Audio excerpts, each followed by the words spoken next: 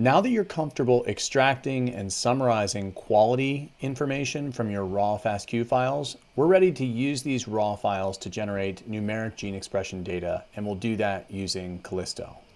Now, to take my cooking analogy a step further, there are some ingredients that we need to talk about that go into making a successful alignment. And the first, obviously, is the data in the form of FASTQ files.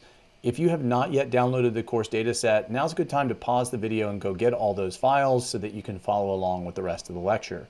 If you've already worked with the course data set, you may be ready to turn your attention towards your own data, in which case you'll need your own FASTQ files from your experiment. But raw data is not the only thing we need. We also need a set of reference sequences in the form of a FASTA or FASTA file. In the case of RNA-seq analysis, this is a collection of transcript sequences to which we align our raw reads in order to count or estimate the abundance of each of the transcripts in the reference. There are a number of places to get these kinds of reference files. One that I particularly like is Ensembl, and if you click on the link at the bottom of this page, you'll be taken to their FTP site. It's a very simple site. As you scroll down, you're going to see a table in which each row is an organism for which you can access a range of different reference files, each one indicated in a column in the table. You'll notice that human, mouse, and zebrafish are the top three in this table, probably because they're the most frequently accessed in terms of people downloading reference files. After that, we see things like the Abingdon Island giant tortoise and the African ostrich. I suspect it just goes in alphabetical order after these top three. I can't imagine those are as frequently accessed as human, mouse, and zebrafish. Our data is human, so we want this first row. We're not doing genome alignment, so we actually don't want the reference genome FASTA file. Instead, we want the cDNA FASTA that contains a listing of all of the transcripts or cDNAs in each of these organisms' genomes. So we want this first one, which is the human reference transcriptome. When we click on that, we're taken to a sort of standard FTP site here, and we see two files we could download. One says cDNA.all and the other says cDNA.ab initio. We do not want the ab initio one. You can just click on this cDNA all and you'll get a pop-up window here in just a second that lets you download that. I'm downloading it directly into my course dataset folder. And when you do that, I've already downloaded it. It takes a couple minutes to download. You'll have a file that looks exactly like this, cDNA.all, and it's actually gzipped up. In this case, we actually want to unzip this, and we can do that just by double clicking it. It'll unpack this file so that we have a non-compressed FASTA file ready to go. At that point, we can drag and delete the zipped one so that we're not taking up unnecessary space on our computer. I also want to point out that Ensembl lists the release number, right? Every time Ensembl does a new release, they update these reference files, and that can include better annotated transcripts that are different length or include additional sequence. It can include new transcripts. So you always want to take note of the release number or version you're working with, because your data can change, your results of alignments can change if you align to different, newer or older releases. Now that we have our reference transcriptome file, I just want to take a closer look at this together. So I'm going to drag that file down and drop it on Sublime. Sublime's the text editor that hopefully you've all downloaded. And we can see the progress bar here as Sublime attempts to open this very large FASTA file. And when it does, we'll be able to look at the entirety of the human reference transcriptome. Now, I'm not suggesting that we'll actually be able to glean any information or understanding about this file just from looking at it this way, but I do want to just highlight that it is filled with these entries, each entry designated by an open or greater than character, and then followed by something we call a definition or def line. And that def line contains lots of information about the particular transcript we're looking at. Its transcript ID, the fact that it's a cDNA, its exact location on the chromosome, what type of gene it is, the fact that it's protein coding, which we would expect since it's cDNA, and then the gene symbol and its description.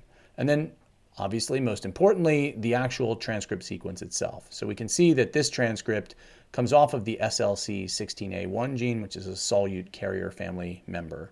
If we look just below that, we can see another transcript coming off of that same gene, and that's of course expected anytime we have a complex transcriptome. Now, this FASTA file in this form is not an efficient way to search or align reads to. And so before we begin an alignment, the first thing that we have to do is take that FASTA file and restructure it as an index. Okay, we're going to build this index together. So to get started, you need to open your terminal or command prompt. Again, you're already familiar with this. You'll need to activate that RNA-seq Conda environment because Callisto lives in that environment, and we need to use Callisto to build this index from the reference FASTA. So the way we'll do that once you've done these first steps is you'll call Callisto and use the index function, and you'll specify using -i what you'd like your new index to be called. Remember, it doesn't exist yet, so you need to give it a name so that Callisto knows what to save this file as on your computer. And then, of course, we need to point Callisto to the FASTA file from which it should make that index. It doesn't know which FASTA file we want to use, so we have to explicitly either give it the name if it's in our working directory or give it the full path if it lives somewhere else on our computer. So for this particular FASTA file we downloaded, this is what the whole line would look like. Callisto index, a long name here for the index that mimics the long name for the FASTA file, just switching out .fa for .index. Now, I should specify you only need to build an index once. If you're going to continue to do human transcriptome work, you can keep using this index.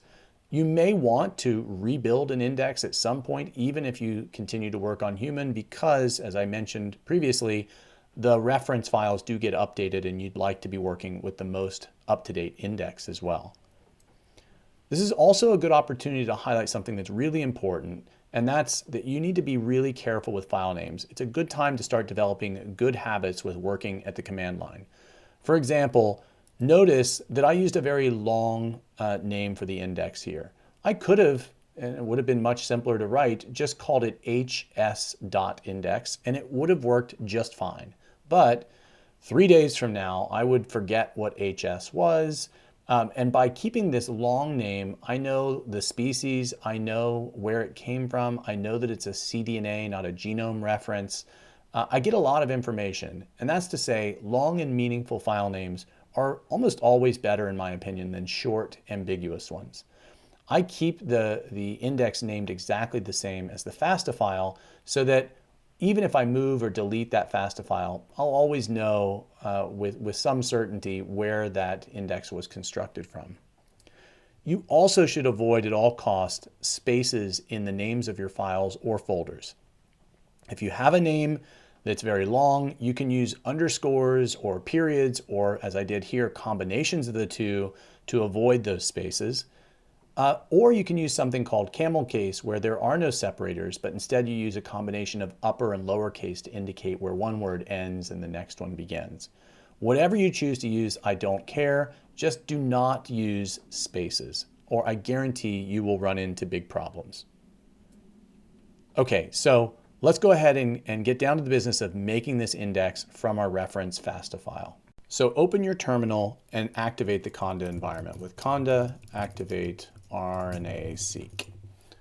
Once you've done that, or even before you've done that, it doesn't matter the order, you're going to cd or change directory to wherever your data, and particularly the FASTA file that you just downloaded, wherever that lives. For me, it's in my course dataset folder. Remember, I just put that over here on my desktop. So now we're going to go ahead and actually run the command callisto index -i, and again, that long name and pointing to exactly that FASTA file, and hit enter. And that's going to start a process that will take several minutes to get through this of actually converting or constructing an index from that input FASTA file.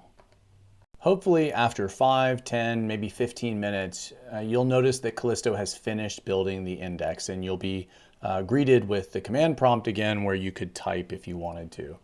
In the process of building that index, it let us know a few things. The first is that it used the FASTA file we told it to use. That's great. It took that file and it chopped it up into 31 mers, so 31 nucleotide pieces or k-mers. And as it did that, it noticed that about 1,500 of the transcripts in the reference file had poly-A tails longer than 10 nucleotides, and so it clipped those poly-A tails down. It probably does this to avoid a situation where it's generating a lot of k-mers that are entirely A's from long poly-A tails.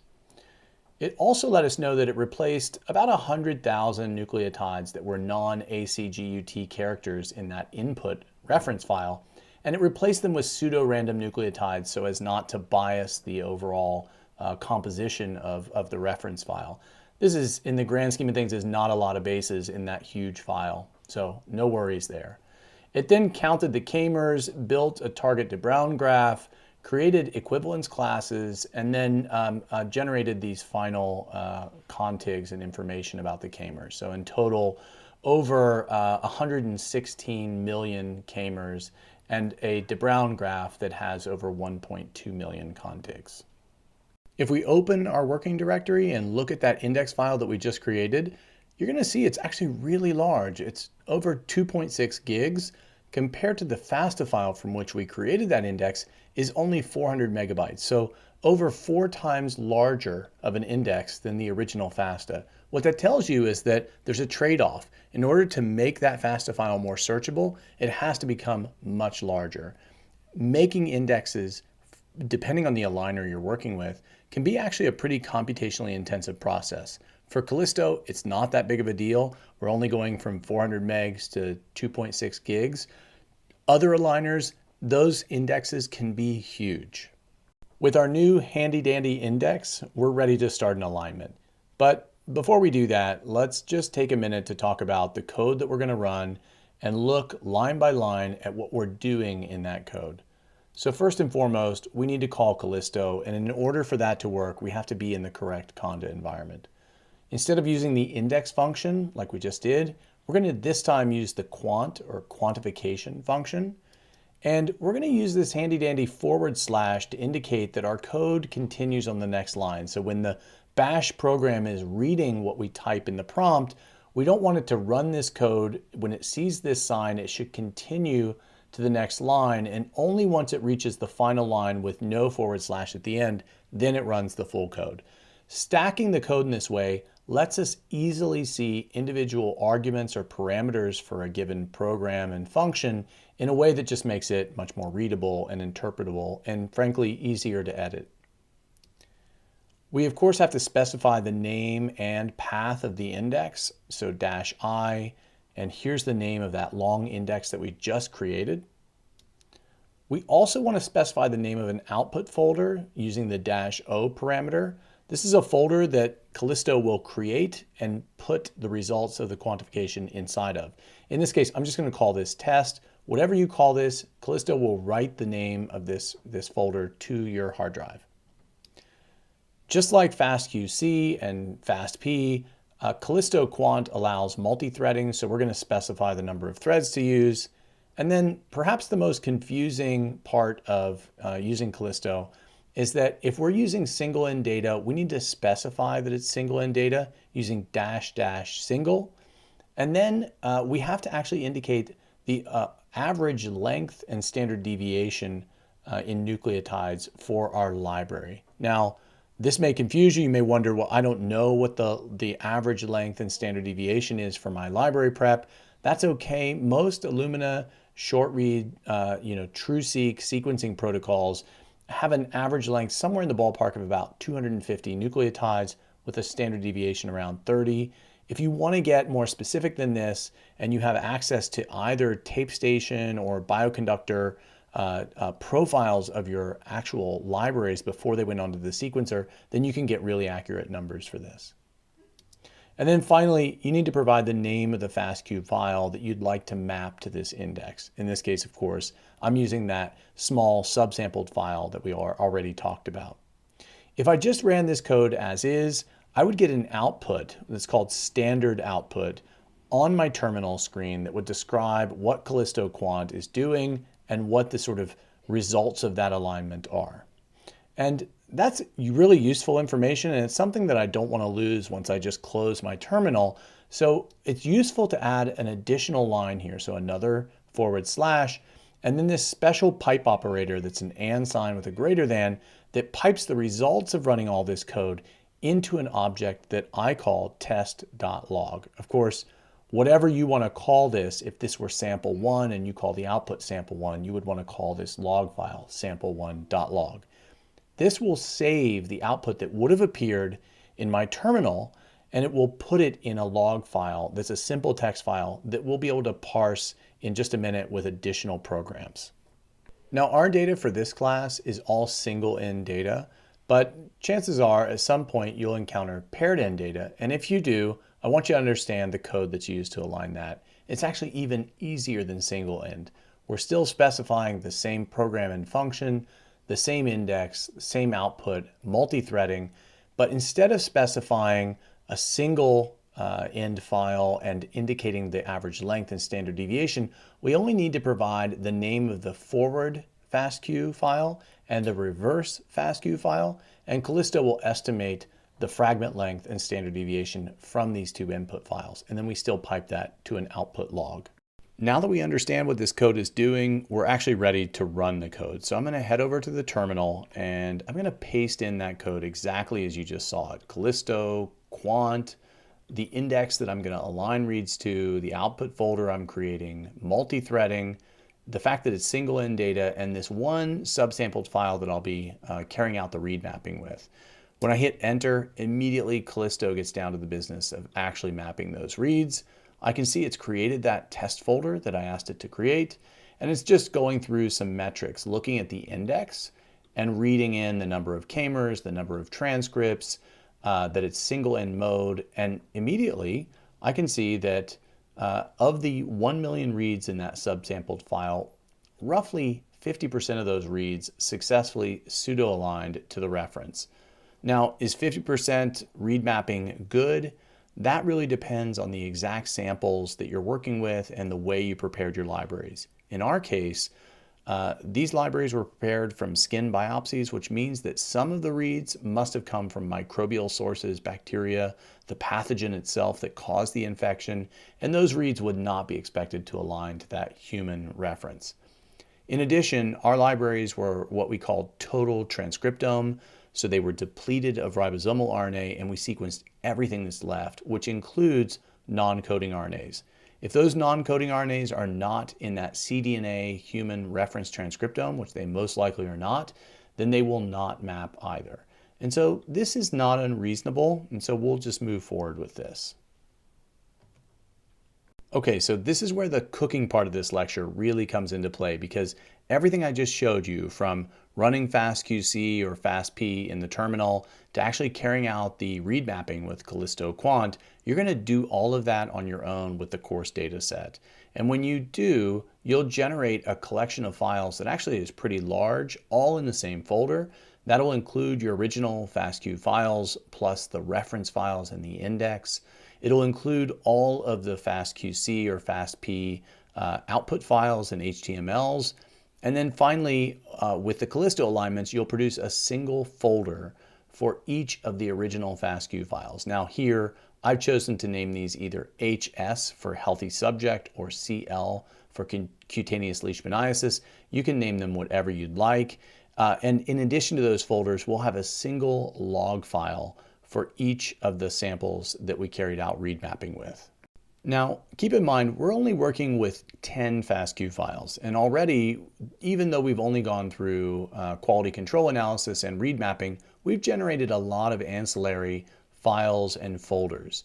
So you could imagine if we were dealing with a much larger experiment, or if we had multiple downstream bioinformatics analyses past read mapping, we would end up with a working directory that would just be jam-packed full of files and folders, and it would be really difficult to understand what those files really meant or came from, and how they related to folders and our analysis and so on.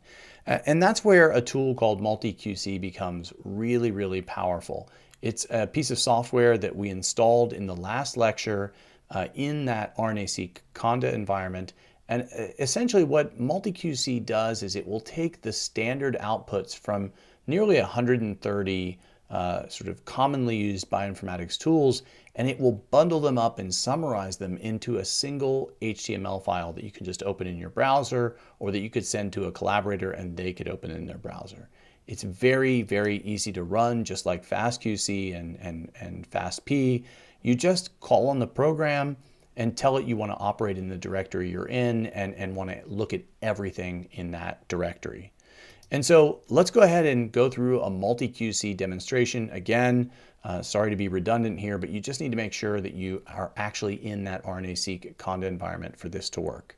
We're now ready to run multi-QC. Before I do that, I want to just point out that I've taken a moment just to organize all those files and folders that we just described in my course dataset folder. So I put all the raw data in a raw data folder, the Callisto outputs in their own folder, and then FastQC, and if you ran it, FastP results in their own dedicated folders. This just keeps everything kind of nice and tidy in our working directory. So I can just type multi-QC. Again, I have to be in that Conda environment, and I am. -D tells multi-QC that when it looks at a working directory, it should also look within subfolders in that directory. And then a period just tells multi-QC to start doing this work in the current working directory, which is that course dataset folder. So I can hit enter and multi-QC gets to work. I can see it's processing a total of 77 files, again, because it's looking in all of these subdirectories, and it's over halfway done with those. When it is done, it will generate its own output, both a folder and an HTML file. And then we'll be able to open that HTML file and view this really nice summary of all of the tools that we've run thus far. So that's it. It's done. I can see that it found 10 reports from Callisto. It found a single FastP report here, and it found another 10 reports, of course, one for each FastQ file from FastQC. If I head back over to my working directory, indeed, multi-QC has now produced its own output folder, and I have this single HTML file that I can now double click and open, and here you go. So this is what's great about multi-QC. You get this really fully featured, very rich HTML report with an index here on the left-hand side, and you can see it's produced, in addition to this general statistics summary, it has a section of the report for each tool for which it found output files. So in our case, that includes Callisto, FastP, and FastQC. I can see what percentage of my reads aligned for Callisto for each of my samples. I can see quality metrics from FastQC. And if I choose to scroll down, I can start to look at the details of these outputs in a variety of different ways. Here are the results from Callisto in terms of number of reads. And remember, we have this one sample that really stood out as an outlier in terms of the total amount of reads in that FastQ file. I can toggle this button and it'll switch it to the percentage of reads aligned. So very easy to kind of get different views of your data.